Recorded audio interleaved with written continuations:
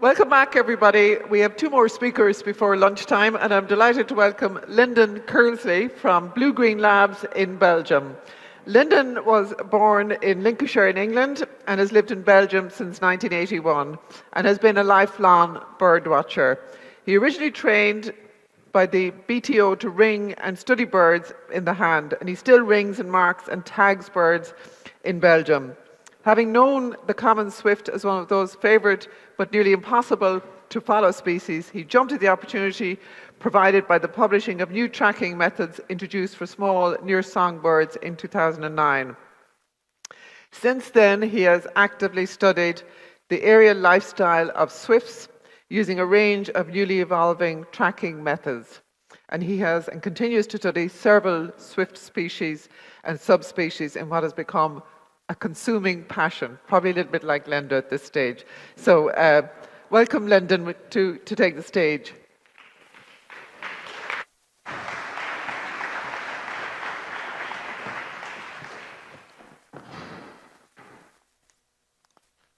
Good morning. Well, in my house, it's a good morning. I'm very, very happy to be invited here to this extreme edge of the Swifts range. And next week I'll be on the other side.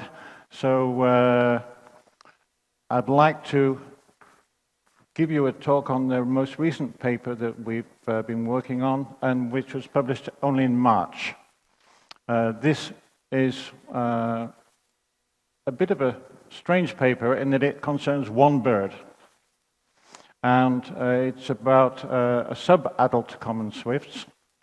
Now, most of the questions I've heard over the last years are, okay, we're now getting to know what the breeding birds are doing, but what about the first 3 years of a bird's life, or 4 years, or 5 years, or whenever it starts breeding? The piece of work is from myself, but also from Christoph Mayo, who's now in this with us here from Switzerland, James Fox, who built these little loggers, and my colleagues who did the field work, Steph, Anne, and Koen. It's a happy sequence of events, because it's something you can't really plan for, and it's one of the reasons why nobody's done it before. So what I did, I made a bit of a balls up and made a mistake. So happy to do that.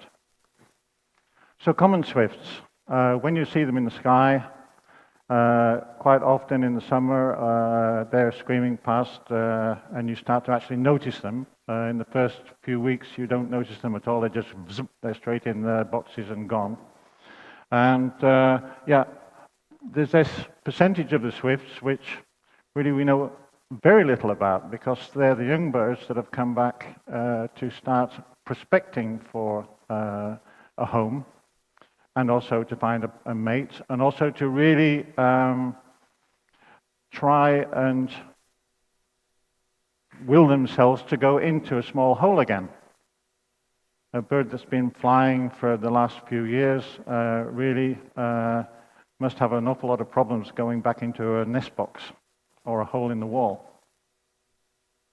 Where I'm working, I work on 2 colonies virtually exclusively nowadays. It's logistically a hell of a lot better for me. And the colonies are both, one is in a village and the other one is in a large city. But the birds, they don't stay in the city. They use the city to live in, and they go and feed elsewhere. They usually work in the morning towards the wind, so that they actually have the insects blowing towards them. They don't have to chase them down. And then when the shopping bag is full, they turn around and get the backwind, tailwind back home. So most of the birds in this particular colony in Ghent, they go out towards the coast, which is our prevailing wind. Almost none go to the west, to the right-hand side of the area there. But they're going from Holland right down almost into into France. This is Belgium, by the way. On the top left-hand side there, you can see a camera box. The bird actually has, the adult bird in the middle, actually has a GPS logger on the back with an antenna and all the rest of it. And she's got 3 full-grown chicks there, so showing that she's had no problem to arrive back from Africa with that thing on its back,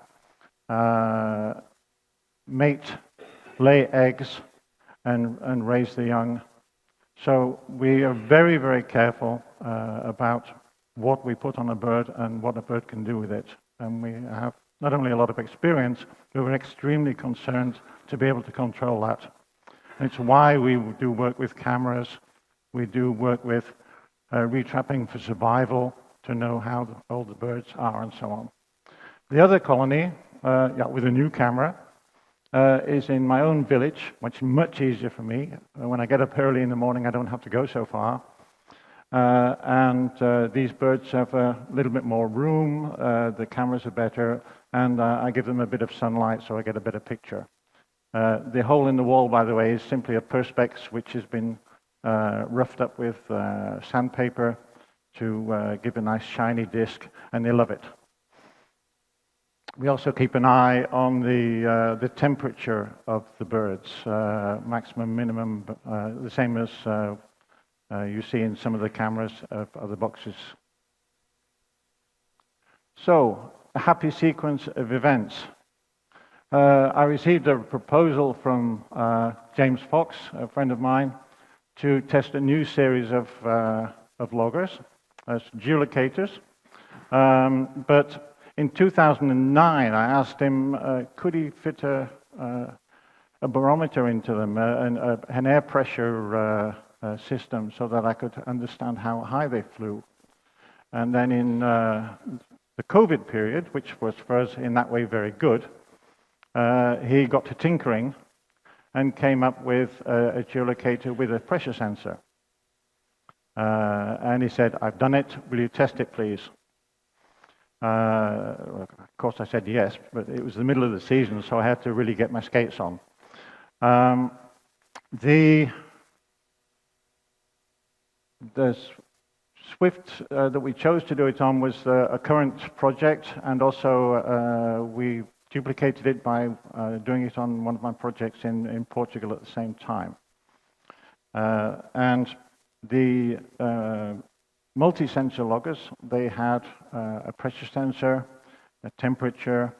They also had an accelerometer, so 3-dimensional movement, and were giving us data every half an hour. By the next summer, when we put more on, they were giving us data every 20 minutes, but that's how fast things go with this kind of work. So what did I do? We were putting them on breeding birds. We wanted to do one bird nest where both birds were nesting. So in the morning, I caught the first bird that came out at first light. We put a tag on it, we released it within 5 minutes, and waited for the next one. Looked around, the next bird is in the nest, in the net. The net is outside the nest box. And so we took that bird. It wasn't the bird I'd expected, so it didn't have a ring on it, but we thought, yeah, it's got a new partner. And we tagged it and we released it. 10 minutes later, plop, the original partner comes out, wakes up in the morning, stretches its wings, comes out, and we've just realized we've thrown away a logger. Because the first one was one of the early screamers which had just started to arrive. The next thing we do is to tag, of course, the one we needed, and then write off one logger as lost, which is quite an expense, but I wasn't paying for them at the time, so okay. And yeah, slap your forehead because you've just ringed a banger. The following year, we retrapped most of those birds. I think at least 8 of the 10 that I put on that colony, not including the false one there. And we published a paper on it. That was this, which was then evaluating the effects of moonlight on the vertical flight profiles of 3 Western Palearctic swifts, again with several colleagues, including Christophe. This was then given at the previous talk in Trieste by Christophe, and really showed some very, very interesting data about how they worked in the evening. But anyway, the happy sequence of events continues. So fast forward to 2023, I see a geolocator in a camera box, and I don't know who it is. I didn't put it there in that particular box, so we followed the bird. It was clearly not very experienced. We watched it lay its eggs. It was a female. And then we watched also the male throw out the eggs, thinking it might not be theirs, but his rather. Yeah, a problem. But we moved on. She laid another clutch of eggs, and the idiot male threw them out again. At which point I said, well, I have to have that bird. I need to know that now. And we made up a plan to work there the next morning. So it's at the other colony in Ghent. I get up at 3. I drive 30 miles. I'm there more than an hour before dawn. We put up a little net in front of the horizontal platform in front of the nest box that I'm working on.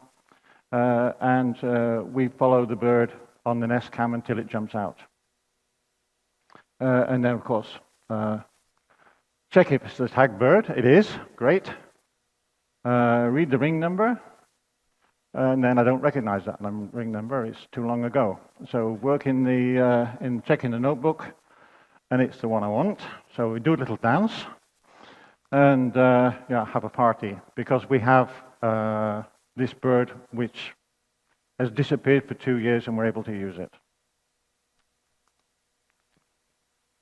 Now, there isn't a great deal known about these birds in the early stages. Our great friend and mentor, Eric Kaiser, worked and published on it with radio tags for birds actually leaving the nest. But that was just for a few hours. And then, yeah, also passed away, Laut Burma and his colleagues published radar work on young swifts at night over the Ezelmeer in the summer. But this is what we got from this bird, and you won't see it very easily, I'm afraid, on this screen. You're probably better on the small screens. I've reproduced all of this onto a poster so that you can get a good look at it, and that's at the back of the room. And you have activity, you have pitch, so the bird's angle, and then there is one little place here in the evening of the 28th of May where the bird has 4 hours on a wall. That's it. Now, the 4 hours on the wall was a rainy, cold evening when it just arrived in Ghent somewhere, and it was resting from 10 in the evening till 2 in the morning, and then it was away again. You can also see on the same group the pressure levels here. The pressure level is low pressure means flying high. High pressure means being on the ground or close to it. Here you see here and also here underneath the movement in and out of this period, which is the breeding season. You see there's a very long day, whereas it's lesser in the rest of the period. That's 1 year. This is the second year. And also you see here that it's dark right across, so a very, very, very high altitude migration period. A couple of days arriving home. All this is in there, and you really read it a bit like a sheet of music. The difference is that I can't read music, but this reads for me much better. And temperature, which shows a similar change in temperature along the twilight periods when the bird's flying high. So that really tells you that, yeah, Loud Burma was correct, and that there are some interesting things going on here. If we switch it a little bit and give you then altitude in a lighter color and change it so that the midnight is in the middle, you can see the full night, and you see these stripes. The stripes are actually the lunar cycle, so every 29 days you get from the first part of the lunar cycle where the moon comes up and then goes down again at midnight. And then the middle bit is when the moon is up and bright all night. And then the end bit, the moon comes up at midnight and goes down at dawn. So they're actually all the winter long following this winter cycle. And next year again. And this is actually the juvenile bird, so he's doing exactly the same as the adults. And then in the summer it isn't. It suddenly changes, and there are 2 lunar cycles in here, but he doesn't do anything with them, which is really very strange, because he's going up there at night. He's not landing anywhere. And the reason seemed to be, for us, that it's just too light. He's in a city. The moon is really insignificant. So we started to investigate light pollution, so sky glow and that kind of stuff.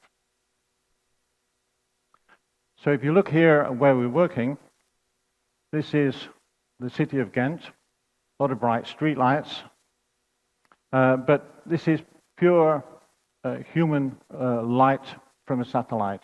So you see the main axes of the motorways and so on. But this is the sky glow. So the whole of Flanders, not Wallonia, where you have more forest and so on, but the whole of Flanders is a bright light at night in the summer. And this is the period that the work was done. So the influence of light and also then the sky glow. We actually extracted the pollution light levels for a region of 65 kilometers around the location that we were getting from the geolocator. And then also took the cloud levels for the same period of the breeding season from satellite work. And then we decided to compare it with the adults that we'd also tagged at the same time. So if you see, they're all doing this monthly climbing whilst they're in Africa. But the birds in the breeding season, they're not climbing at all. They're in their nest boxes. And then in this very, very short night, I'll make it a bit easier for you. There you go. Very, very short night, you have the bird going up at dawn and dusk and coming down again in lower levels in the evening. Here you see the activity levels and the birds here, the breeding birds are in the nest box through the night. Their activity is fairly active actually, because swifts just don't go to sleep. They sit there scratching. They're doing everything all night long. But they're in the nest box. And if you see here at the end of the breeding season, they're spending time in and out, whereas earlier in the season, incubation and so on, they're switching over and being more in the box through the daytime as well. And here we have, for instance, a bird for the 2 seasons that we have here, the juvenile bird. A bit easier to see here on this work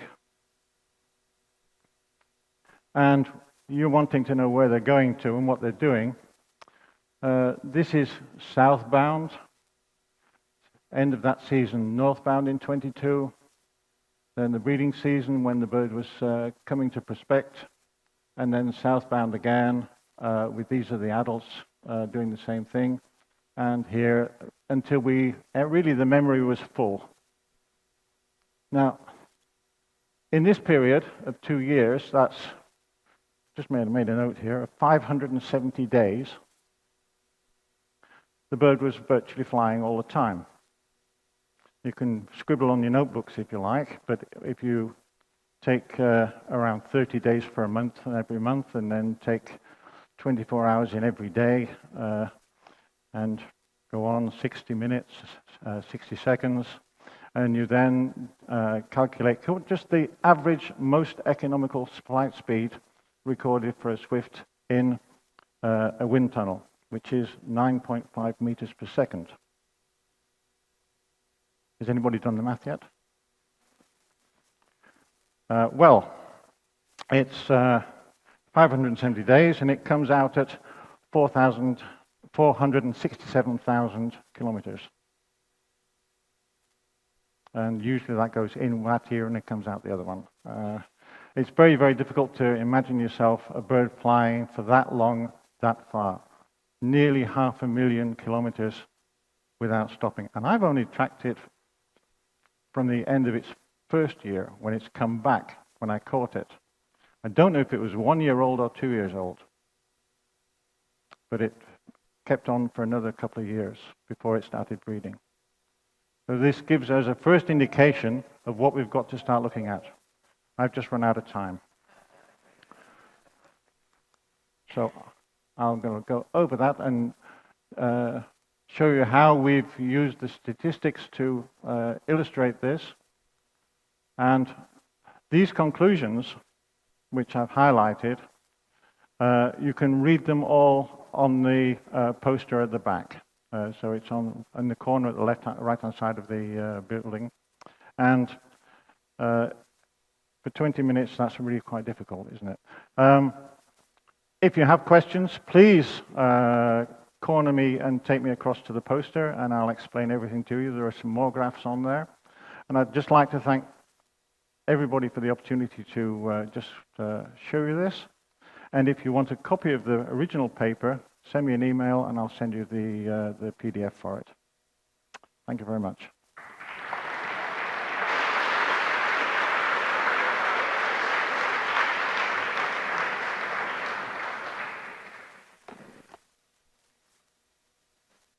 Questions? Thank you. We're going to have the questions and answers afterwards. Thank you. Thank you, Lyndon.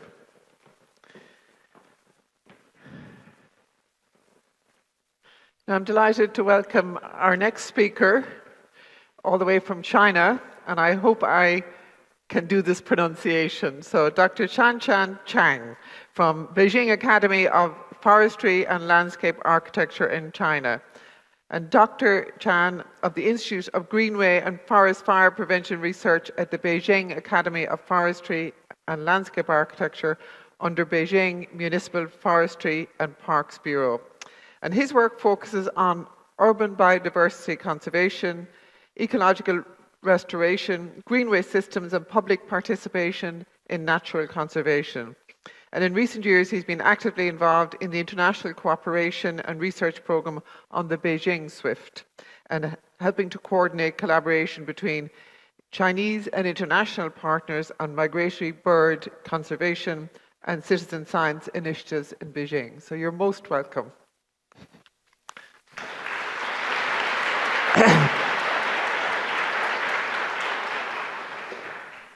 Thank you very much, Deirdre, and thank you, Lyndon. I really want to hear more about this because I want to share my time with you even. Good afternoon, everyone. My name is Zhang Xiaochuan. I'm from Beijing Academy of Forestry and Landscape Architecture, and it's under the Beijing municipal level government. I want to introduce you to this photo before I start my presentation. This photo in the background was taken during last year's World Swift Day in Beijing. It shows Miss Martin Waters sitting there, releasing a Beijing Swift during the annual ringing activity organized by Beijing Wildlife Rescue Center at the Summer Palace. Everyone knows about the Summer Palace in Beijing, right? And for me, this image nicely reflects the spirit of this project. It's international cooperation, scientific research, and public participation coming together around the conservation of one migratory bird species. Actually, it's a subspecies. It's a Beijing subspecies of a common swift, just like Lyndon just introduced. It's Apus picnensis. Today, I would like to introduce the conservation work of the Beijing swift, and more importantly, how this work gradually evolved into a municipal government-led model integrating scientific research, international cooperation, and public participation in the urban biodiversity conservation.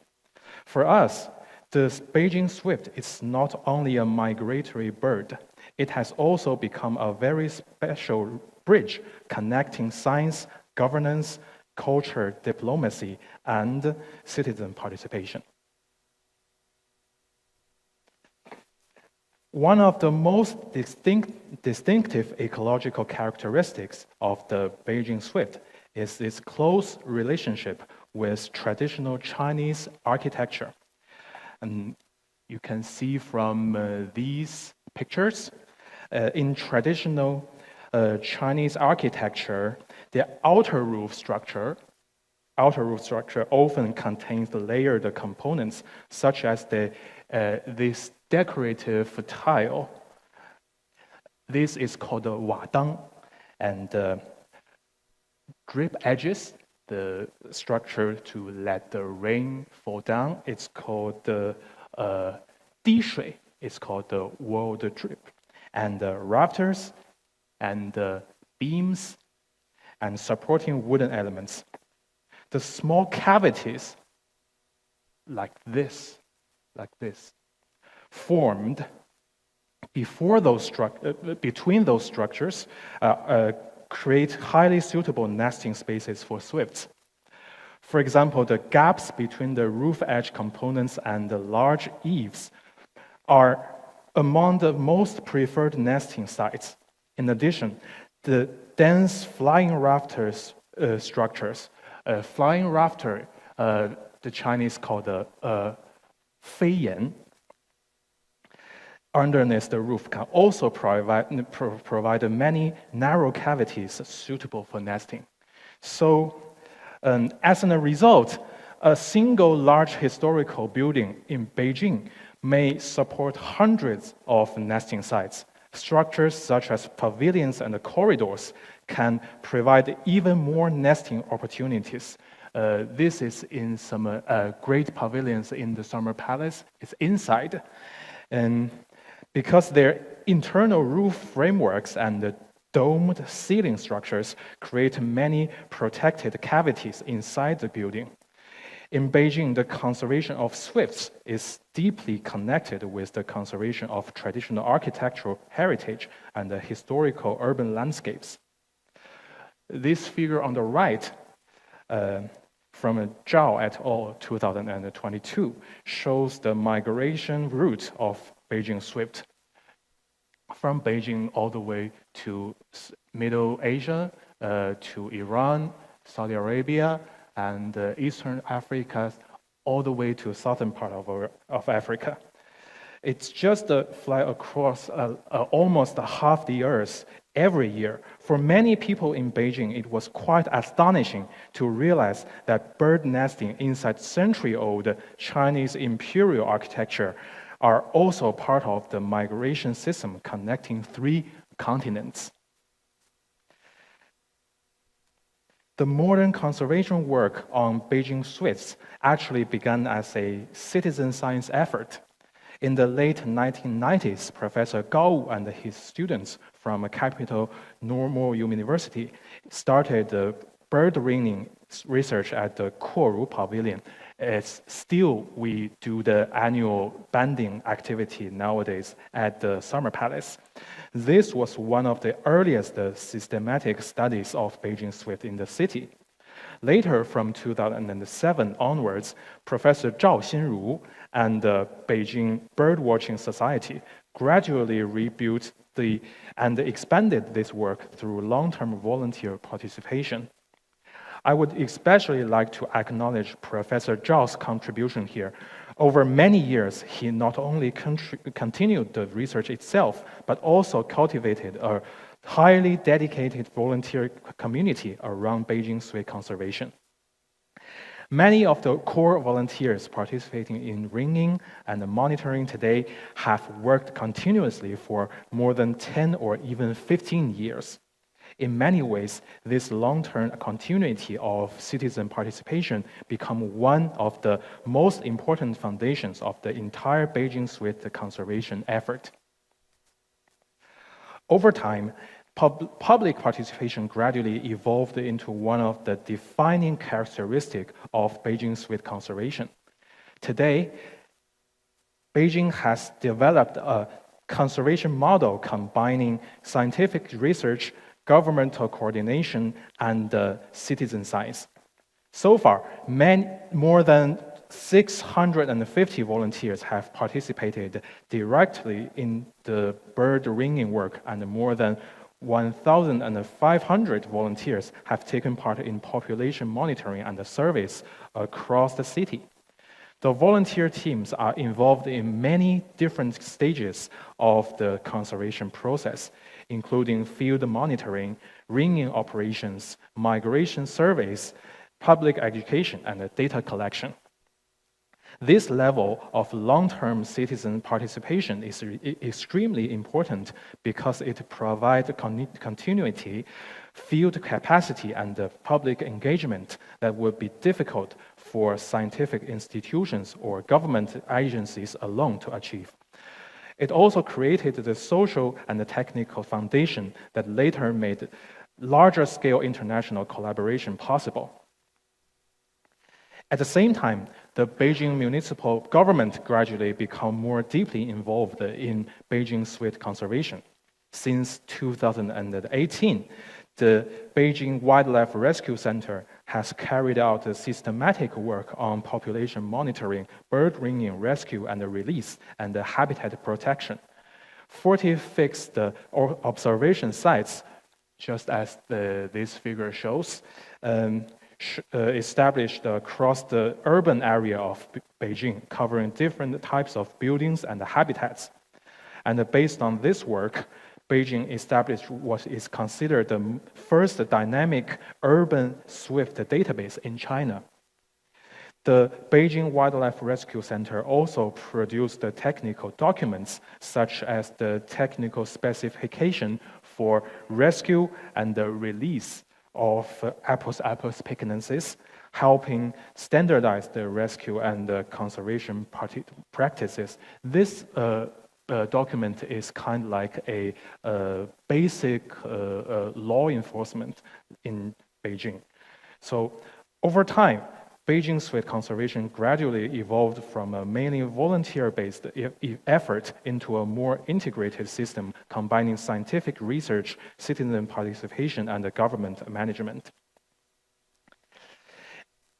And in 2014, international collaboration on Beijing swift research began.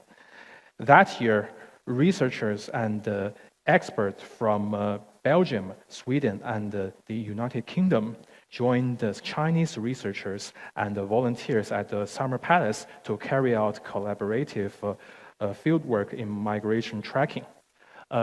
These pictures shows, of course, they are here today. Lyndon Kearsley and Dick Newell participate in that year's annual banding activity in Summer Palace.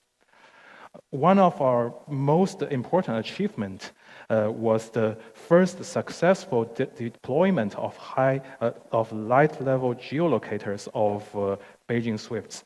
This later helped reveal the remarkable migration route between Beijing and Southern Africa. The cooperation also created a very meaningful exchange between international experts and the local volunteer community in Beijing. In 2025, the collaboration entered a new stage with the signing of the Memorandum of Understanding on international collaborative scientific research for the Beijing Swift between Chinese and Belgian partners. The signing ceremony was held in Beijing and brought together research institutions, conservation organizations, government agencies, and diplomatic representatives from both countries. For us, this significance of this agreement was not only symbolic, it also helped establish a more stable long-term framework for future cooperation in migration ecology research, habitat conservation, public education, and technological exchange. The cooperation gradually expanded from a single migration tracking project into a broader platform connecting science, conservation practice, citizen participation, and international communication. I think this was an important step in transforming the Beijing Swift project from the short-term research collaboration into a sustainable international partnership. In the recent years, migration tracking has become one of the central components of the Beijing Swift collaboration. This slide shows two types of tracking device currently used in our research. Of course, you may be very familiar with that. Many colleagues here are maybe also the developer of those models of these technologies, so I will not go into the technical details today. What I would especially like to highlight is the collaborative fieldwork behind these devices. During 2025 field season, Lyndon and Terry provided extensive support and training for Chinese team and the volunteers, include the deployment of the device, harness techniques, data downloading, and field operation procedures.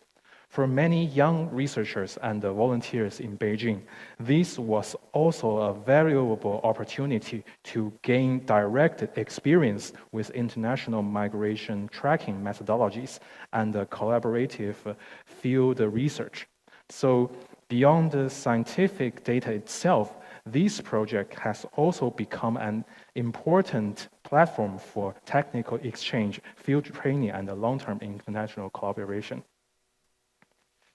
The 2025 field season include a wide range of collaborative activities in Beijing.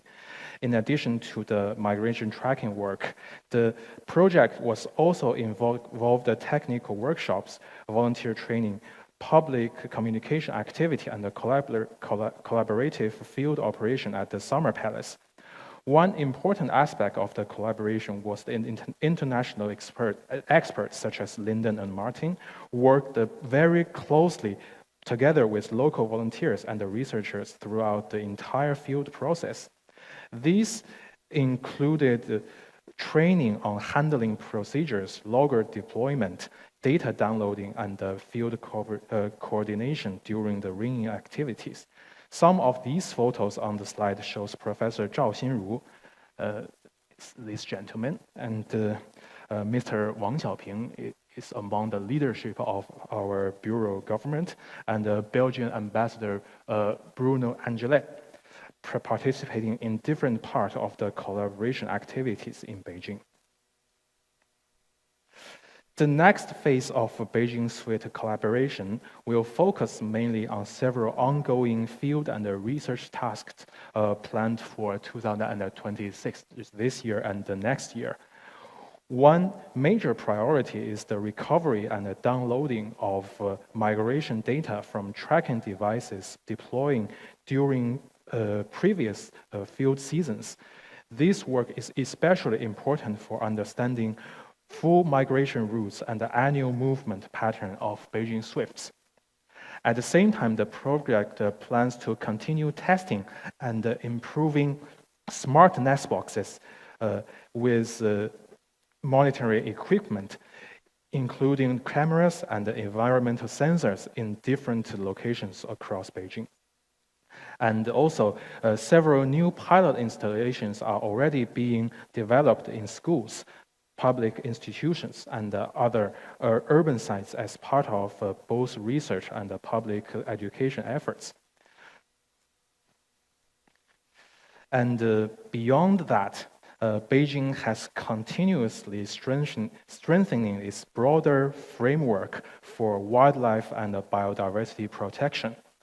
From the perspective of the Beijing Municipal Forestry and the Parks Bureau, wildlife protection is not only about protecting individual species, it also involves habitat development, ecological restoration, law enforcement, monitoring, disease surveillance, rescue capacity, and public participation. In recent years, Beijing has worked to improve the habitats that support safe migration, stopover, breeding, and the long-term survival of wild animals. At the same time, the city has continued to strengthen wildlife monitoring, rescue and rehabilitation capacity, and disease surveillance system. So Beijing Swift project should be understood within this wider policy and management framework. It is one example of how Beijing is trying to combine species conservation with habitat protection, scientific monitoring, and urban biodiversity governance. And finally, I want to share a bit of public communication and environmental education for you, because they have become increasingly important parts of Beijing Swift conservation. And the image on this slide shows several recent outreach efforts, including educational displays in Beijing municipal parks, and Beijing Swift cultural product developed by Beijing Wildlife Rescue Center, and experimental nest box systems, and school-based participation projects. I don't know how to play this video from here, because is there any? Yeah. Thank you very much. We're still students and we have to be realistic. But one thing that we can do to try to solve this issue is by installing swift shelters. So you might be asking, why are you doing this? 这些鸟确实就是从我记事开始已经很难见到了，所以我真的很希望就是以后 in the future 还有现在的同学们也可以见到一些这样子的鸟类。And the next steps we want to make is kind of just build the houses and then see how it goes, and possibly just put it up on campus, and hopefully Swiss will come and nest in. Yeah.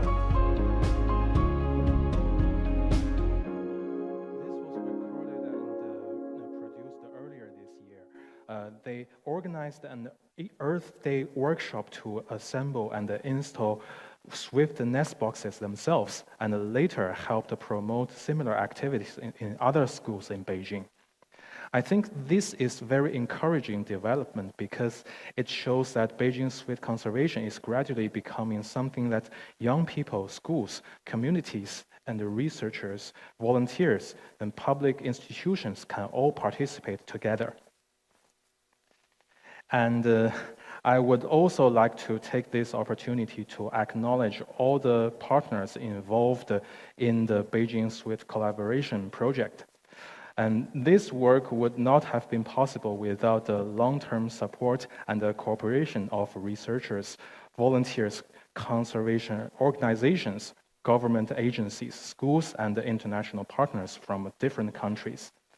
In particular, I would like to thank the Beijing Municipal Forestry and Parks Bureau, the Beijing Wildlife Rescue Center, the Beijing Birdwatching Society, and the National Bird Banding Center of China, the Summer Palace, the Beijing Academy of Forestry and Landscape Architecture, as I myself come from, and all of the volunteers who have contributed to the fieldwork and the monitoring over many years. I would also like to sincerely thank your international partners and friends, including Lyndon Kearsley, Terry Townshend, Martin Wouters, Dick Newell, and Bruno Angelet, and many other colleagues who have supported this collaboration through scientific research, technical training, public engagement, and international exchange. And finally, I would especially like to thank the young students, the participants from schools such as the International School of Beijing, whose enthusiasm give us great confidence for the future of urban biodiversity conservation.